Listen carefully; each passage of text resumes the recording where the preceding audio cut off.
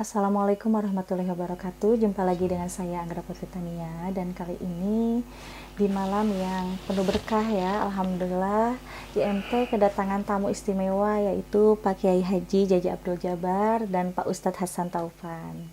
Dan di sini kami bertiga akan membahas tentang pertanyaan dari sahabat IMP yang memang ada yang ingin menanyakan tentang kunci kesaktian dari Syekh Abdul Qadir Jailani itu sebenarnya apa? Nah, mungkin di sini karena saya bukan ustazah ya, di sini ada Pak Kiai, ada Pak Ustadz. Mungkin nanti pertanyaan kita akan tanda tanya atau tanya jawab ya. Kita akan tanya jawab. Dan ini Pak Kiai Haji Jaja Abdul Jabar, pengurus dan pimpinan dari Yayasan Pondok Pesantren Irsadul Ulum. Dan beliau juga Pak Ustadz Hasan Taufan. Beliau adalah ketua yayasan dari Al-Ghifari Lewigoong Garut. Dan sebelum kita lanjut, jangan lupa like, share, and subscribe IMP Entertainment News Channel. Terima kasih.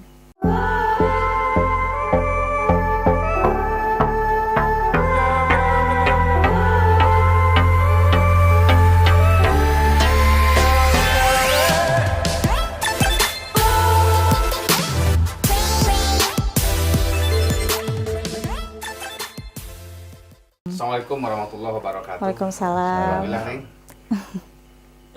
Pada malam ini saya bersama teman dan rekan-rekan yang lain diterima kembali oleh Neng untuk bersilaturahim. Dan alhamdulillah yang kedua, tentang pertanyaan yang kemarin sudah dijawab dengan gamblang dan jelas oleh Neng. Dan sekarang pun ada beberapa pertanyaan yang ingin saya tanyakan ke Neng supaya lebih kuat tentang keyakinan saya, terutama tentang kesaktian Sultan Aulia Syekh Abdul Qadir Al-Jailani. Pertanyaan pertama, Neng, keturunan keberapa Sultan Aulia dari baginda Nabi Sallallahu Alaihi Wasallam? Mungkin di sini menurut yang Neng pelajari ya Pak Kiai, yang Neng pelajari dalam 3 basyiroh. Karena kalau kita melihat atau mempelajari sesuatu ilmu yang menurut kata basar, yaitu basar itu hanya melihat dengan mata lahir saja ya, kita tidak akan tahu yang mata batin seperti apa gitu. Jadi kita memang ingin sekali tahu detail, jangan karena menurut artikel gitu, karena kan kalau artikel itu bisa dipecahkan dengan pemikiran sendiri. Nah, di sini kalau yang saya lihat itu masih turunan dari garis Siti Fatimah, dan beliau itu keturunan ke-11 dari Kanjeng Rasulullah Shallallahu Alaihi Wasallam.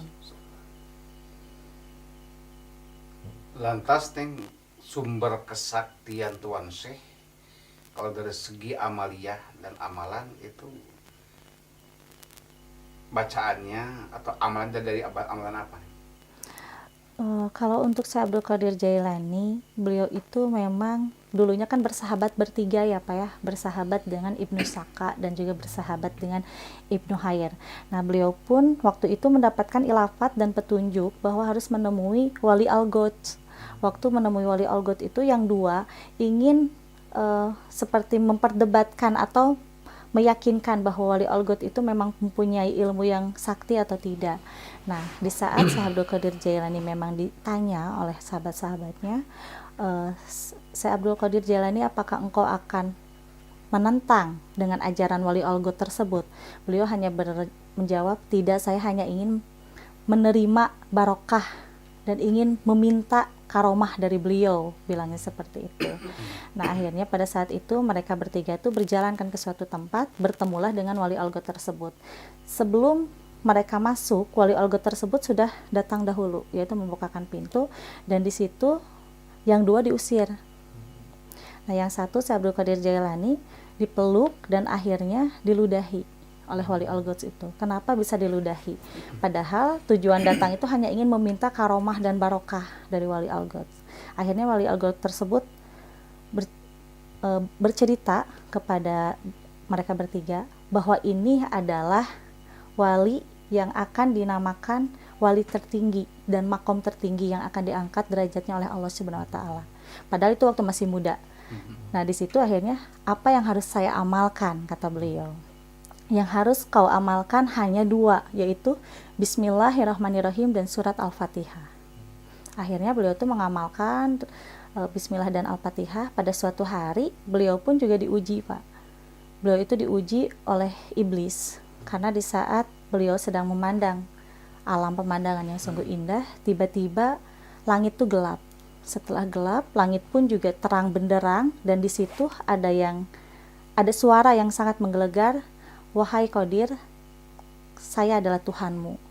Engkau adalah kekasihku yang paling aku cintai, dan aku akan memberikan kebebasan dan kemudahan untuk engkau. Aku akan menghalalkan yang selama ini aku haramkan."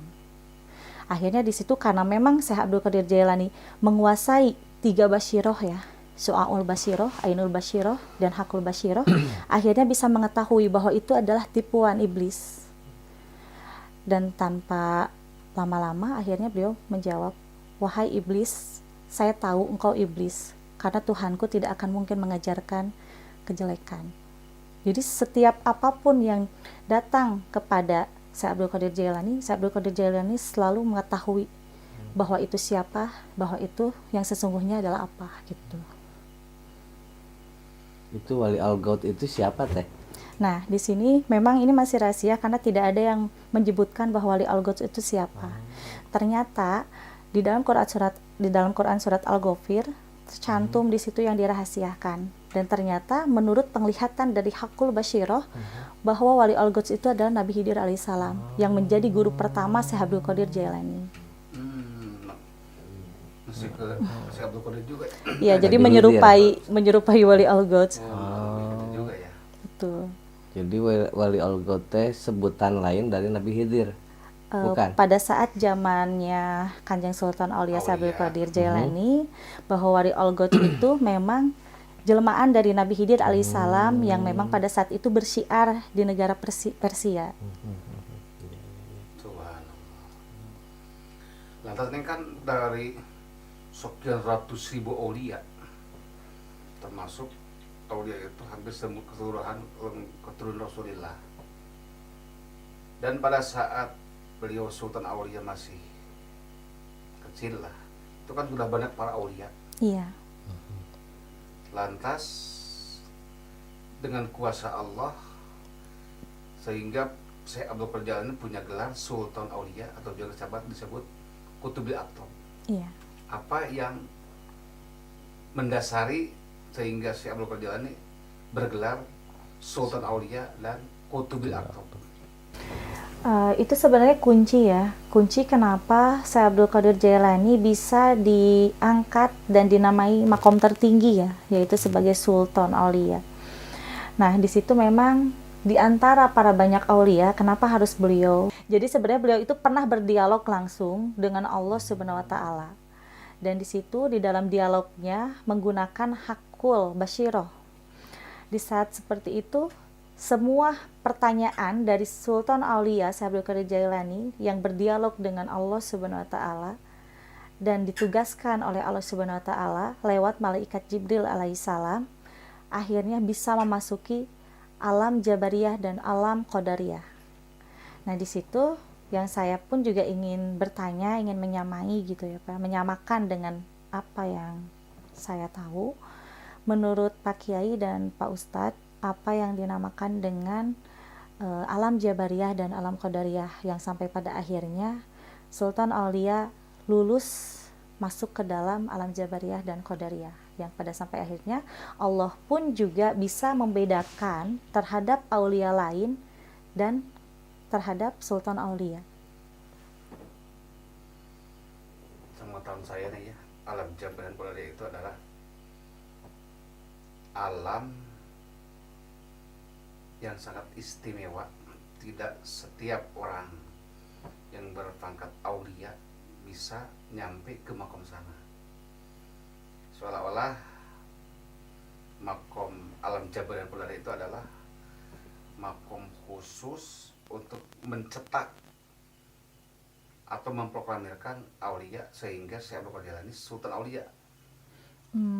Kalau menurut Pak Ustadz, mohon maaf. Kebetulan Tadi juga saya sampaikan, saya masih belajar tuh ya. Jadi Sama, karena di memang sini masih sharing ya Pak apa Kiai ya, sama Pak Ustadz. kurang ini gitu ya, makanya masih kesini juga tuh sama Pak Kiai. Ya, memang terus masih menuntut ilmu lah gitu, sehingga terus terang untuk ke arah sana saya masih belum belum paham gitu ya, Iya, makanya ya terus terang aja gitu ya. Datang ke Saya sini sampaikan bertanding untuk untuk belajar gitu, belajar, untuk menggali lah. sharing, untuk menggali Nah dan gitu. meningkatkan keilmuan saya dan Nah gitu iya. teh. Di saudara sini saya. juga sama sih ya Pak ya. Saya juga kan masih masih belajar gitu. Iya. Jadi ingin menyamakan bahwa apa yang pengetahuan selama ini Neng pelajari ingin sama dengan sesuai yang memang orang-orang percayai gitu, sesuai yang ada di dalam hadis sahih gitu kan, seperti di dalam Thorik atau Bari. Nah, di sini menurut yang Neng pelajari, kenapa sebelum menjadi gelar Sultan Aulia, beliau itu ditugaskan dulu untuk masuk alam Jabariyah dan alam Qadariyah.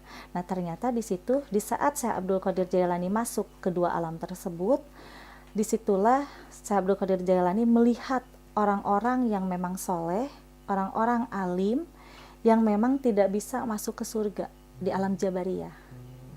Jadi bertemu dengan malaikat Jibril, dan malaikat Jibril pun juga berkata kepada Syekh Abdul Qadir Jailani, wahai Qadir, jika nanti engkau bertemu dengan khalifah-khalifah alim yang soleh, dan di situ akan ada yang memang meyakinkan ilmu Qadir.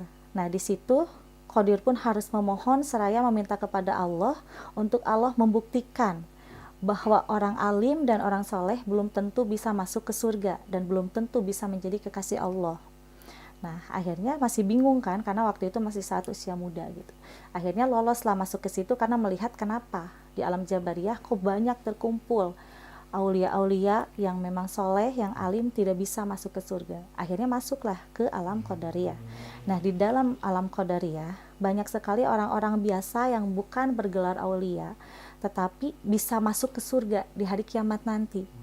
Nabi Jibril alaihissalam pun juga menyampaikan kepada Syekh Abdul Qadir Jailani, Qadir, bahwa Allah tuh tidak menilai tentang amal baik dan amal soleh, tetapi yang Allah nilai adalah mata hati dan memang ketulusan, keikhlasan yang memang harus engkau pelajari, dan kerendahan hatimu harus selalu seperti ini sampai nanti ajal menjemput.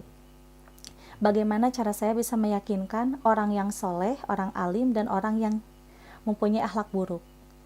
Pulanglah, akhirnya pulang. Setelah itu, di dalam keheningan malam, beliau pun juga melaksanakan sholat tahajud. Setelah melaksanakan sholat tahajud, akhirnya di situ berdialog lagi dengan Allah Subhanahu Wa Taala, karena masih bingung dengan pernyataan dari malaikat Jibril alaihissalam. Akhirnya setelah itu bertemu besoknya di kemudian hari ditemui oleh 100 khalifah. Khalifah itu datang kepada Syekh Abdul Qadir Jailani ingin meyakinkan dan mengetes keilmuannya, karena kan waktu itu gempar ya bahwa kesaktian Syekh Abdul Qadir Jailani itu sangat luar biasa. Tetapi beliau tidak pernah memperlihatkan karena beliau itu sangat rendah hati.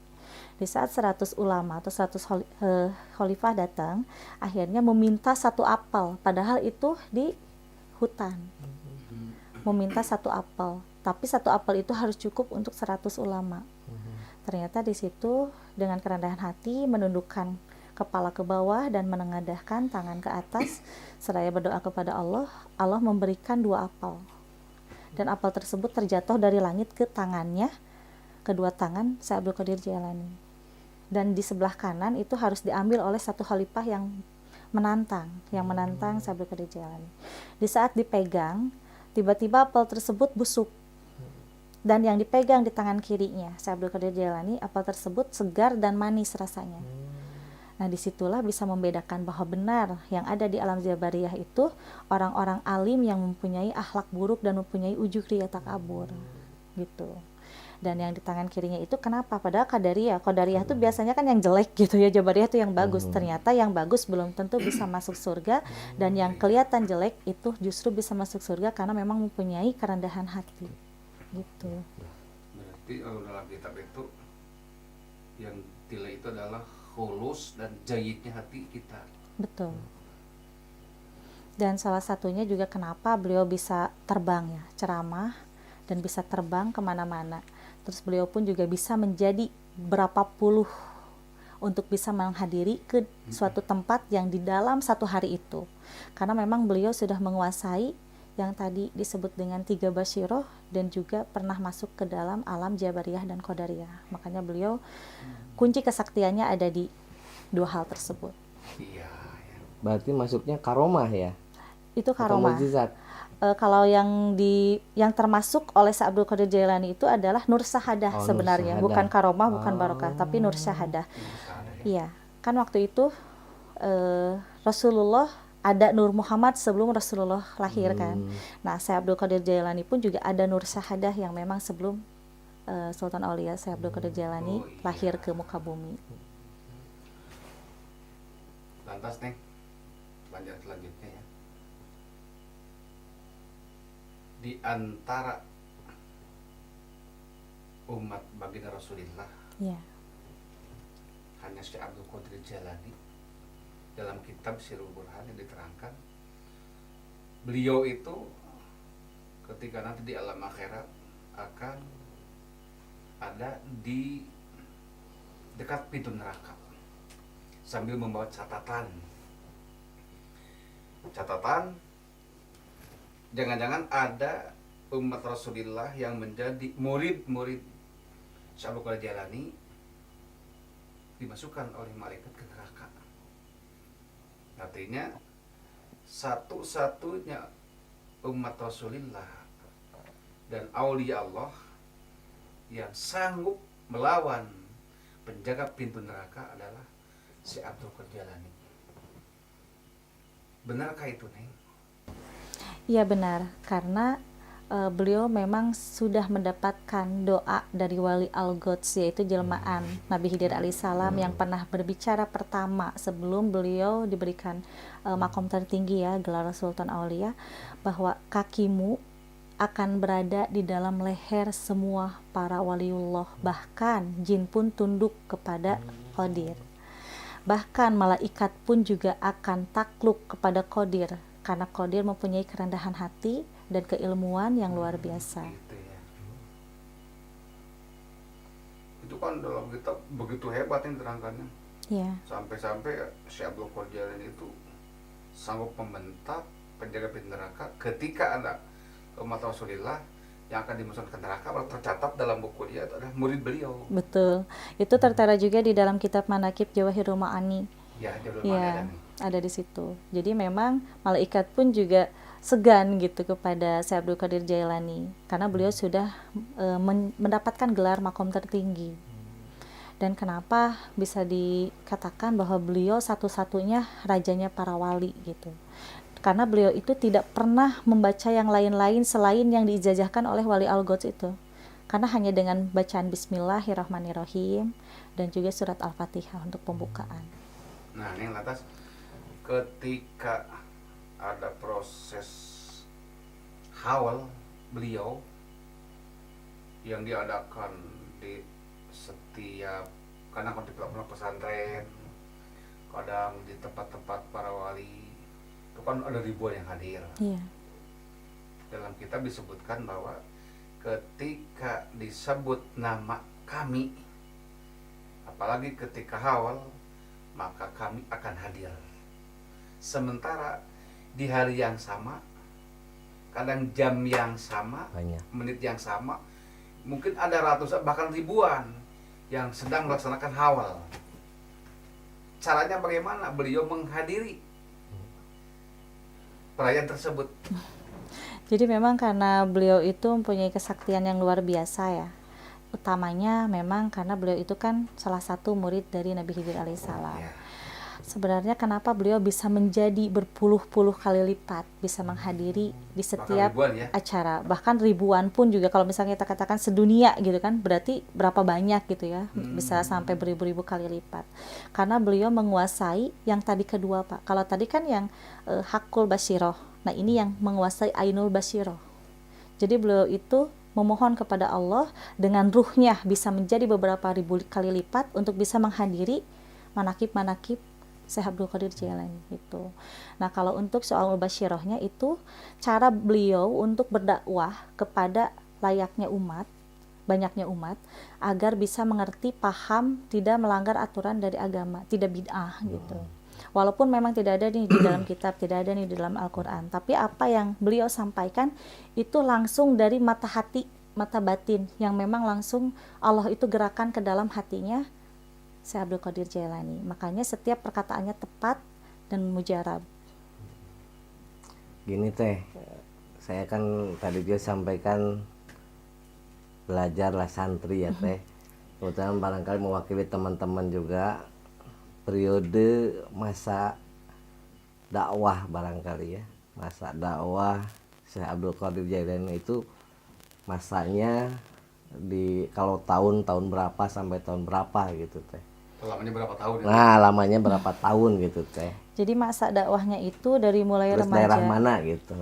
Lingkupnya apakah memang keseluruhan banyak, kalau wilayah itu negara-negara gitu, kalau memang hanya di negara tertentu gitu misalkan seperti itu. Jadi pada awal masa remaja beliau itu tidak berdakwah. Tetapi pada saat beliau itu berusia 35 tahun, beliau didatangi lagi oleh Wali Al-Ghots. Di saat didatangi oleh Wali Al-Ghots untuk berdakwah, dan beliau pun juga bingung harus berdakwah mulainya dari mana. Sedangkan saya pun bingung, tidak tahu katanya cara berdakwah harus seperti apa. Nah di situ pun juga diludahin lagi ke lidahnya Syekh Abdul Qadir Jailani oleh Wali Al-Ghots tersebut. Nah setelah itu akhirnya di kemudian hari besoknya beliau itu bisa dengan lancar seperti menguasai ilmu laduni yang ada di dalam surat Al-Kahfi ayat 65. Nah di situ akhirnya beliau itu banyak didatangi oleh ribuan orang, dan di saat didatangi oleh ribuan orang ada cahaya yang memang bersuara, tolong manfaatkan ilmu kau untuk orang banyak gitu. Jadi pada saat mulai berdakwahnya itu di usia 36 tahun, karena 35 baru mulai kan, baru mulai menjajaki. 36 tahun beliau mulai berdakwah sampai akhir hayat. Beliau meninggal di usia 146 tahun. Nah, kalau untuk berdakwahnya, beliau itu mulai dari Persia ya, mulai dari Iran, Arab Saudi, dan sampai ke Indonesia juga pada saat itu. Nah, di saat di Indonesia, di usia beliau 56 tahun, di situ sangat luar biasa karena diberikan lagi ilmu pasabih tingkat 3 oleh Nabi Khidir alaihissalam. Sampai beliau itu disuruh menetap di suatu tempat yang memang tempat itu sangat rata, datar, jauh kemana-mana. Untuk minum pun juga secara lahiriah itu susah untuk mencari, untuk makan pun juga apalagi. Nah di situ ditugaskan untuk 3 tahun. Jadi ada bahasa engkau dari para wali adalah murid pertamaku. Jadi di situ kau harus bisa bertahan selama 3 tahun di tempat ini. Kau bisa bertahan di tempat ini selama 3 tahun, kau akan menjadi seorang wali kutub gitu Pak, pertamanya. Akan menjadi seorang wali kutub selain dari Sultan Aulia, akan menjadi wali kutub karena itu kan di Indonesia Pak, harus menguasai 5 penjuru arah mata angin gitu. Tetapi kalau seandainya kau gagal di situ, makom tertinggi kau juga akan turun, tidak akan mendapatkan lagi gelar sultan. Akhirnya diberikan ilmu pasabih oleh Nabi Khidir alaihissalam. Beliau pun juga dengan pasrah, ikhlas, akhirnya alhamdulillah menjalani. Dan di saat menjalani itu baru 2 tahun 8 bulan udah hampir-hampir goyang. Karena banyak sekali ujiannya. Banyak sekali ujiannya sampai didatangi oleh banyak orang, dipitnah, dihina karena memasuki negara lain. Dan tidak mengenalkan bahwa itu siapa. Karena kan waktu itu tidak ada identitas gitu. Tidak banyak orang yang kenal pada saat di negara yang satu itu. Nah ini di saat beliau singgah di Indonesia, bahkan di suatu tempat yang sangat dirasakan tadi, apakah di Indonesia ketika itu sudah lahir para aulia? Nah, jadi pada saat itu, pada saat beliau sudah berhasil menjalani ilmu pasabih yang ketiga itu, beliau akhirnya bersyiar di Indonesia sampai berkeliling se-Indonesia. Bertemulah dengan waliullah yang lainnya. Berarti sudah ada ya? Sudah ada. Berarti lumayan lama juga tuh ya di Indonesia. Lumayan lama, bahkan bisa dikatakan memang agak lama di Indonesia daripada di negara lain gitu. Cuman meninggalnya nggak memang pas mau akhir hayat kembali ke negaranya. Betul, gitu pas ya. mau akhir hayat kembali ke negaranya karena memang ada panggilan. Ada panggilan. Ini ilmu nih. Iya. Ilmu gini ilmu ya. Saya kan sering ketika menghadiri haul Tuan Syekh, karena kan dalam satu hari itu di Indonesia di Jawa Barat lah, Garut itu bukan hanya 10-20, satu Garut, belum Jawa Barat, belum Indonesia. belum Pulau Jawa, belum dunia. Saya pikir bagaimana cara beliau menghadiri, udah janji ketika manaqib saya dibaca, nama saya disebut, maka saya akan hadir. Total ribuan, bahkan jutaan. Iya. Sekarang saya yakin karena beliau karena menguasai Ainul Basyirah. Ainul Basyirah, Ainul Basyirah dan Hakul Basyirah, dia menguasai gitu ini. Saya yakin. Bahkan mungkin bisa dikatakan nih, saya juga pernah berpikir tentang malakul maut. Nah, di hari yang sama, jam yang sama, menit yang sama, bahkan detik yang sama, ribuan bahkan ratusan ribu sedunia ini yang meninggal dunia. Bagaimana caranya malakul maut, malaikat Israel mencabut nyawa? Kalau Tuan Syekh kan bisa menghadiri itu kan menguasai Ainul Basyirah. Ainul Basyirah, Hakul Basyirah dan Hakul Basyirah. Jadi di dalam kitab Ridatul Al-Qadir di bab 25 itu ada yang disebut dengan Malikul Arasi. Malikul Arasi itu adalah malaikat yang memang sangat tinggi, sangat banyak, bahkan bisa dikatakan dari malaikat yang memang nilainya itu ada 125.000 malaikat, itu bisa dikalikan menjadi 100 kali lipat, berarti sangat banyak kan. Nah di situ tetapi dengan wujud yang sama. Jadi pada saat itu, di saat Malikul Arsi masuk ke dalam roh malaikat-malaikat yang diperintahkan oleh Allah Subhanahu wa taala untuk mencabut nyawa orang-orang, di situ akan menjadi beberapa ratus kali lipat dan masuk mendatangi orang-orang yang akan dicabut nyawanya. Dari mulai dicabut nyawanya itu kan dari telapak kaki. Dari telapak kaki itu masuk 40 malaikat. Itu untuk satu orang yang meninggal yang akan dicabut nyawa oleh Allah Subhanahu wa taala. Di saat masuk 40 malaikat ke dalam kaki tersebut, akhirnya kaki tersebut merasa dingin dan naiklah ke atas ke lutut. Di lutut pun juga ditambah lagi 40 malaikat masuk. Di saat di lutut itu sudah merasakan yang namanya sakit seperti teriris pisau, seperti teriris silet. Dan dari lutut naiklah ke atas perut, yaitu masuk ke dalam udel. Di udel itu kan ada daun nama kita.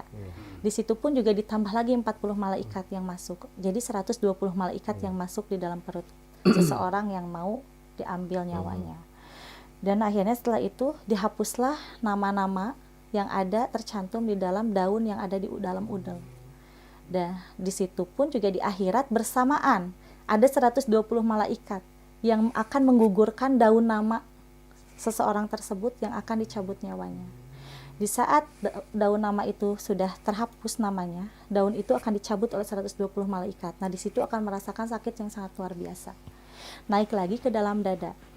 Itu ditambah lagi 40 malaikat. Jadi 160 malaikat. Akhirnya di situ di dada akan diperlihatkanlah amal baik, amal buruk kita selama kita hidup. Malikul Arasi itu memang sangat menguasai dan bisa memegang beberapa ratus juta malaikat yang memang berhadapan atau bersamaan waktu mencabut nyawa-nyawa orang yang akan meninggal. Nah, di saat masuk lagi 40, berarti 200 malaikat. Itu sudah berada di dalam ubun-ubun. Nah, di dalam ubun-ubun itulah seseorang yang akan meninggal dunia akan merasakan hawa yang sangat dingin. Karena di situ sudah melihat bahwa nyawanya itu sudah ada di atas. Saat dicabut itu yang tidak iman dan mempunyai akhlak yang buruk akan disekalikan. Yang akhirnya merasakan sakit dan mata terbelalak ke atas, mulut pun juga akan menganga. Tetapi yang soleh, yang iman kepada Allah, itu akan dicabut pelan-pelan secara perlahan oleh 200 malaikat tersebut agar bisa matanya tertutup dan mulutnya juga tertutup.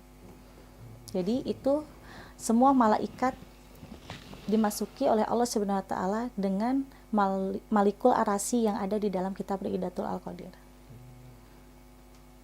Berarti malaikat yang disebut malaikat Israel itu cuma nama saja tuh ya. Iya. Sebetulnya malaikatnya banyak gitu ya. Malaikatnya banyak, cuman Berarti kan nama pencabut nyawa itu Iya. iya Israel. malaikat Ah, Israel. malaikat Israel Jadi gitu ya. sebenarnya malaikat Israel tuh menguntit nyawa seseorang yang akan dicabut nyawanya oleh Allah Subhanahu wa taala. Di saat seseorang itu sudah memang masuk ke dalam waktunya, malaikat Israel langsung menyampaikan kepada Allah Subhanahu wa taala untuk segera dihadirkan Malikul Arasi untuk masuk ke dalam roh malaikat-malaikat yang memang ditugaskan untuk masuk ke dalam seseorang yang akan dicabut nyawanya. Saya kan pernah bahkan sering bertanya pada kiai, pada ustaz, bukan bertanya, menanyakan, supaya mengklop gitu. Ada berapa malaikat pencabut nyawa? Mereka jawab 1, Israel. Logika saya nggak jalan. Kenapa nggak jalan? Di hari yang sama, menit yang sama, bahkan detik yang sama, ratusan ribu yang meninggal dunia. Betul. Cara kerjanya bagaimana? Yang sepengetahuan saya pas dengan nih. Berarti malaikat pencabut nyawa yang berhak untuk mencabut Ustadz ini bukan malaikat yang pencabut nyawa untuk tugas saya. Berarti beda. Nggak mungkin mau mencabut nyawa saya belok ke sini. Berarti nggak bisa. Berarti Iya. satu nama, Israel namanya. Berarti Iya. akun Iya, kita satu Betul. nama. Sama seperti Asep, banyak nama. Iya. Iya, betul. Iya. Ya, jadi ini malaikat Israel, malaikat pencabut nyawa, tetapi kuncinya yaitu Malikul Arasy. Ya, Malikul Arasy. Bisa ada waktu ini untuk bertanya nih. Iya, Ada. masih. Teh satu lagi tadi belum kejawab teh. Oh, yang mana Itu ya? untuk tahun. Jadi ini jadi pengetahuannya sahabat-sahabat IMP ya. Iya. Untuk tadi kan masa periode lah gitu Iya, kan. iya. Dari jelas. Syekh Abdul Qadir Jailani itu sebelum Masehi atau pas Masehi masuknya gitu. Sebenarnya kalau Syekh Abdul Qadir Jailani itu setelah Masehi. Oh, setelah Masehi. Kalau pada zaman Nabi kan itu sebelum Masehi ya. Heeh. Nah, kalau Syekh Abdul Qadir Jailani pada 586 Masehi meninggalnya. Terus yang memang bagi saya pribadi lah gitu ya, ada yang masih jadi pertanyaan itu kan sekarang itu ada cucu atau cicit yang suka di negara kita ada Yang gitu ya. mengakui. Kalau memang Cicit. kita Bahkan mengakui saya ini cicitnya iya Nabi. gitu, ada lah gitu ya yang itu. Nah bagaimana gitu ya supaya memang meyakini betul memang keturunannya gitu teh. Iya. Bisa dilihatnya dari apalah gitu. Sebenarnya dari ciri-ciri ya. Karena kalau untuk ciri-ciri siapapun orangnya yang memang mengaku turunan dari Kanjeng Rasulullah SAW itu memang harus mempunyai akhlak yang baik, harus mempunyai sopan santun, dan utamanya itu adalah amanah. Nah di situ kan sekarang banyak sekali ya Pak ya, banyak sekali yang memang mengaku habaib. Iya, iya ya. Nah Gitu habaib yang sekalian. asli itu seperti apa? Bahkan yang mengaku habaib, mengaku cicitnya Nabi, tetapi dengan perilaku yang memang tidak mencontohkan tauladan Nabi. Nah itu kok bisa seperti itu? Kita perlu pertanyakan juga. Kita perlu pertanyakan dengan suruh beliau membacakan kalimat yang memang Rasulullah SAW pada saat itu berkata kepada seluruh sahabatnya. Nanti akan banyak orang yang mengaku keturunanku. Memang semua umat akan aku sayangi, akan aku cintai. Tetapi ada satu kalimat yang menjadi ciri-ciri itu asli keturunan dariku, kata Rasulullah SAW bersabda, Al-Baru Khairun Nasyir. Apakah beliau mengerti dengan bahasa itu? Kalau misalkan ada yang mengatakan seperti itu, akan menjawab. Kalau tidak bisa menjawab seperti itu, berarti bukan turunan dari Rasulullah SAW. Padahal bisa terkunci nih kalau memang dia itu yang mengaku Nabi, cicit Nabi atau turunan Nabi bukan aslinya, mungkin akan terkunci, tidak bisa menjawab. Iya, bisa. Memorinya akan hilang, akan lupa memorinya. Iya. Berarti nggak jauh beda kalau kita ingin mengetahui keturunan Syekh Abdul Qadir Jailani juga ya teh. Iya, nggak jauh beda, sama aja. Karena kan beliau pun juga turunan dari Rasulullah SAW dari garis Siti Fatimah. Berarti berarti aulia-aulia yang ada di Indonesia hampir kesemuanya keturunan baginda ya. Sebenarnya enggak semuanya sih, Nggak ada semuanya. juga yang turunan dari Nabi Ibrahim alaihissalam. Oh, ada. Ada. Cuman kalau dari Nabi Ibrahim alaihissalam kebanyakan wataknya keras. Terus itu untuk kesaktiannya teh bisa apakah turun juga ke keturunannya si Abdul Qadir Jailani itu, atau hanya Cuma amalia. amalia aja gitu kalimat? Kalau untuk turun kesaktiannya itu tidak secara langsung ya, tetapi siapapun yang ingin punya 7 kesaktian yang memang hampir menyerupai dengan Kanjeng Sultan Aulia Abdul Qadir Jailani, itu dengan memperbanyak baca bismillah dan surat Al-Fatihah, dan intinya tawasulnya kepada beliau dikhususkan gitu. Jadi nggak bisa apa sakti seperti beliau ya tuh ya. Nggak bisa, karena kan zaman dulu Jangankan kita keturunannya Betul. juga enggak gitu ya. karena kan zaman dulu sama zaman sekarang beda. Iya. Kalau zaman dulu kan memang yang dinomorsatukan itu bukan ilmu tetapi akhlak. Iya. Kalau sekarang kan orang yang bodoh pun juga bisa mengaku-ngaku berilmu, tetapi akhlaknya itu tidak diperlihatkan, akhlak baiknya gitu. Iya. Dalam sebuah kitab saya pernah melihat bahwa Kangjeng Nabi Musa itu pernah mengijazahkan doa kepada Qarun. Tapi justru diumpetin doanya, nggak dimunculkan. Dan doa apa yang diijazahkan Nabi Musa kepada Qarun? Jadi gini sebenarnya doa Nabi Musa yang memang diijazahkan kepada Qarun, kenapa bisa disembunyikan? Karena pada saat itu ada al-ashab yang memang di situ menyerupai seekor binatang, ingin mengetahui doa dari Nabi Musa yang diijazahkan kepada Qarun. Qarun kan pada saat itu memang keadaannya itu sangat miskin ya, Ya, tidak punya apa-apa. sangat miskin justru itu. Dan Qarun itu meminta doa kepada Nabi Musa untuk diijazahkan agar dia tuh bisa kaya raya, dan dia tuh berjanji akan bisa memanfaatkan harta tersebut untuk orang banyak, intinya untuk bekal ibadah.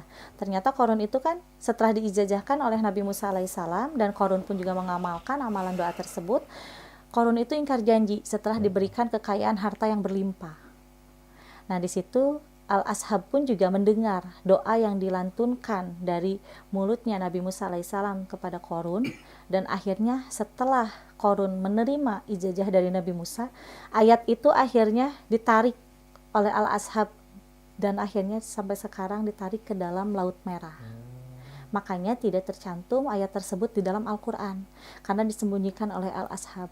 Al-Ashab itu adalah manusia dulunya, tetapi dikutuk menjadi setan karena akhlaknya yang buruk dan memang menyimpang dari aturan agama. Dan doa dari Nabi Musa itu insya Allah kalau tidak salah itu amalannya seperti ini. Bismillahirrahmanirrahim. Robbi rohli sobri rizkon bihalalika dunia wal akhirah. Insya Allah mungkin untuk sahabat IMP, siapapun yang ingin mendapatkan rezeki yang halal, barokah untuk dunia dan akhirat, bisa mengamalkan doa Nabi Musa yang memang diberikan atau diijazahkan kepada Qarun. Bismillahirrahmanirrahim. Robbi rohli sobri rizkon bihalalika dunia wal akhirah. Kobil tuh. Insya Allah mudah-mudahan bermanfaat juga untuk sahabat IMP yang memang sedang sempit hatinya dalam mencari rezeki, dan semoga Allah Subhanahu wa taala melapangkan rezeki yang luas dan bisa membantu untuk keperluan pribadi dan juga orang banyak.